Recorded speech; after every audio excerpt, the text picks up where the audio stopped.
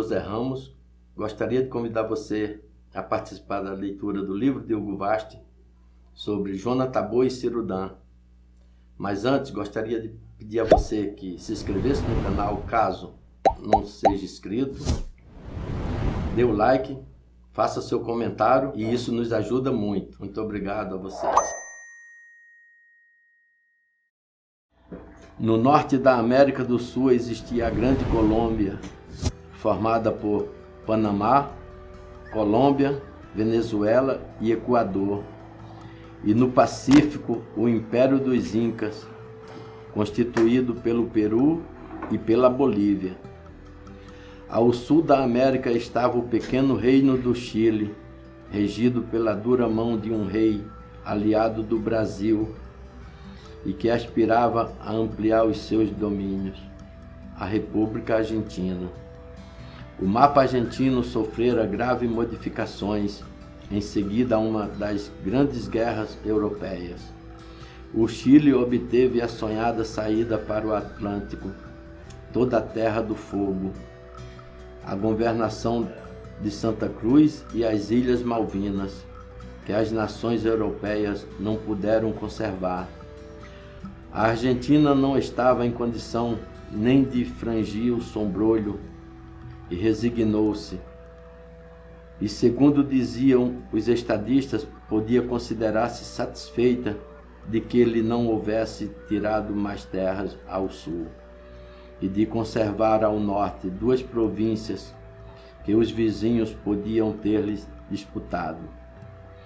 Findava o mês de maio de 1988, mas já nem em Buenos Aires, nem em qualquer outra parte do mundo se dizia maio.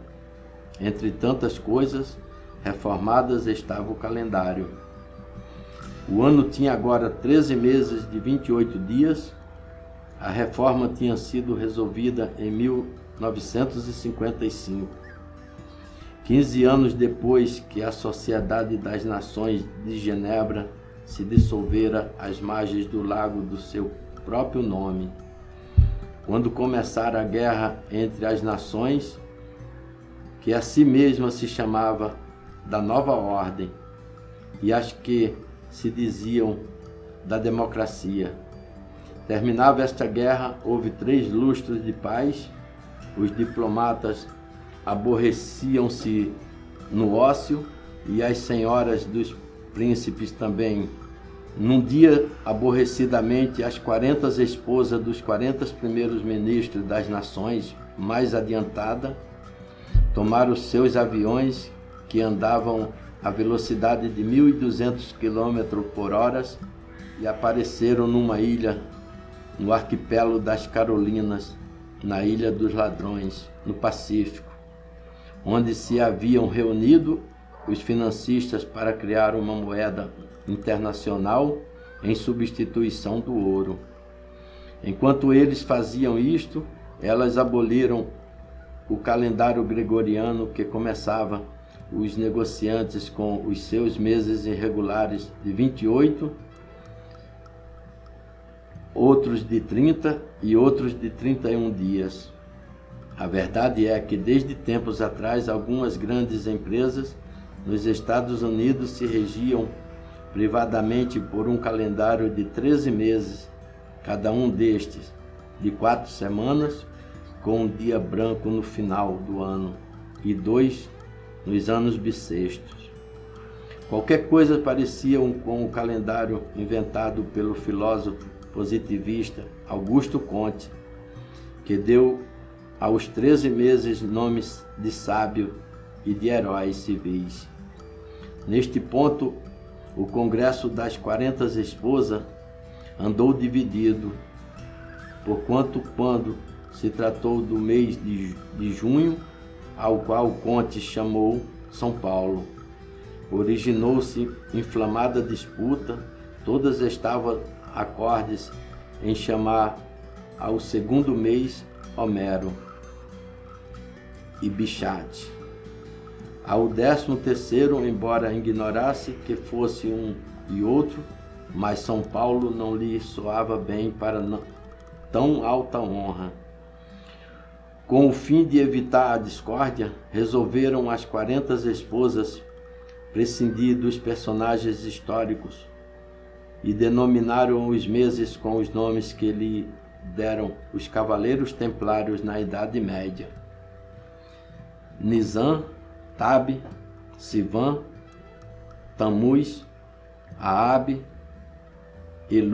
Elul, Tísiri, Machevan, Sirlei, Tabete, Seabete, Adá e Veadá, denominações usadas pelos judeus desde milhares de anos. Prescindiu-se de batizar os dias da semana e chamou-lhe pelo seu nome de ordem, o primeiro, o segundo, etc., com exceção do sábado, que conservou o seu nome. O ano iniciava-se com o primeiro dia da primeira semana do mês de Nisan, e, para iniciar os cômputos da nova época, escolheu-se o dia 29 de março de 1955, 2 semanas antes da Páscoa. Desde esse dia começaram os anos a contar-se pelo um novo sistema, e eles terminavam no sábado da 4ª semana do mês de Veadá, ou seja, no dia 364 do ano. O 365 era um dia branco, que não pertencia a nenhuma semana nem mês, que foi festa universal como o antigo Natal do Senhor.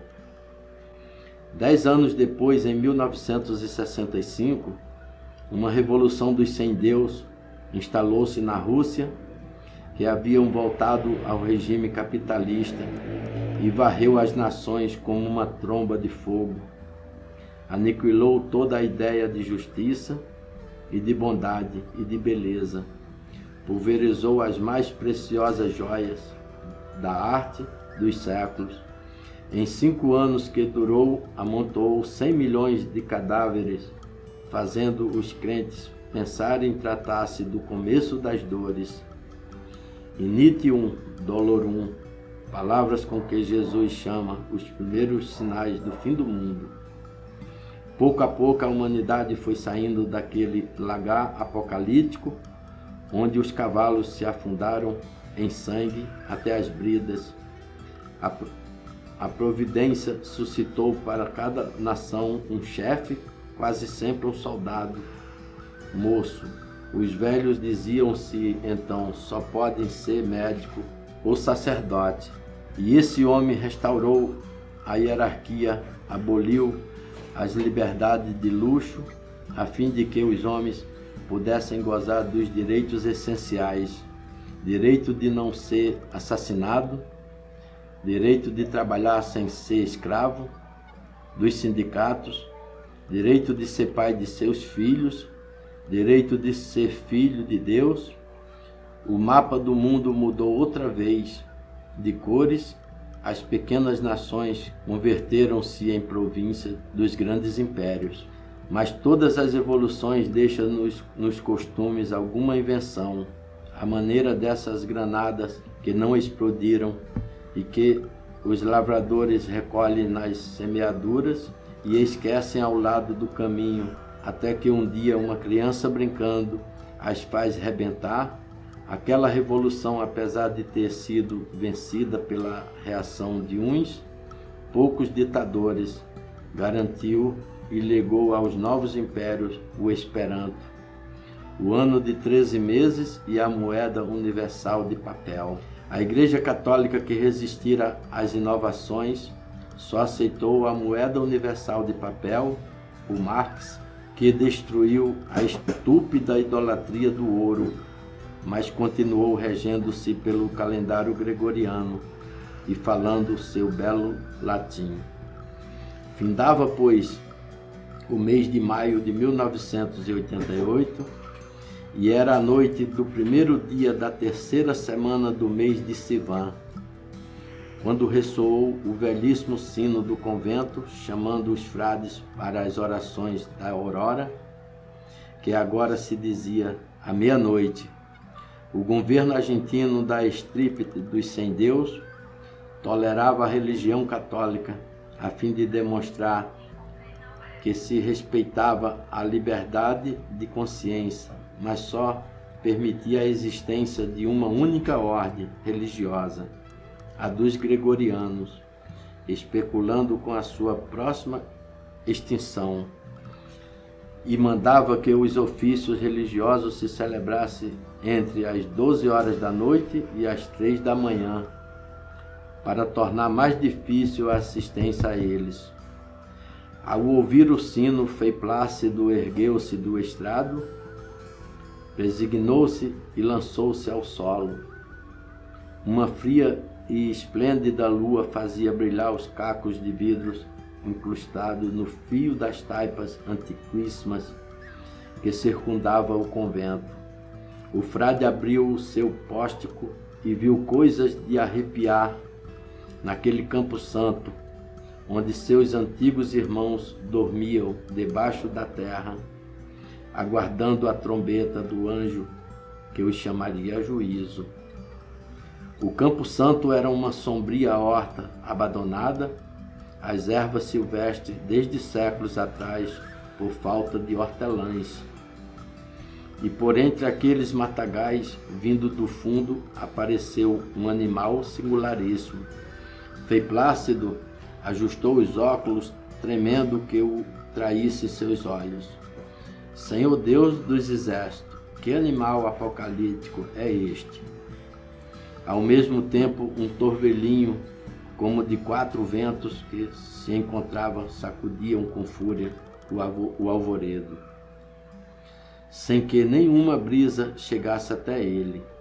Estarei sonhando porventura? Disse ele consigo e repetiu um versículo do profeta Joel, lido na missa de um daqueles dias. Se você gostou, gostaria que se inscrevesse no canal, desse um like, desse o seu comentário para o canal se fortalecer. Será muito útil para o meu trabalho. Obrigado a todos.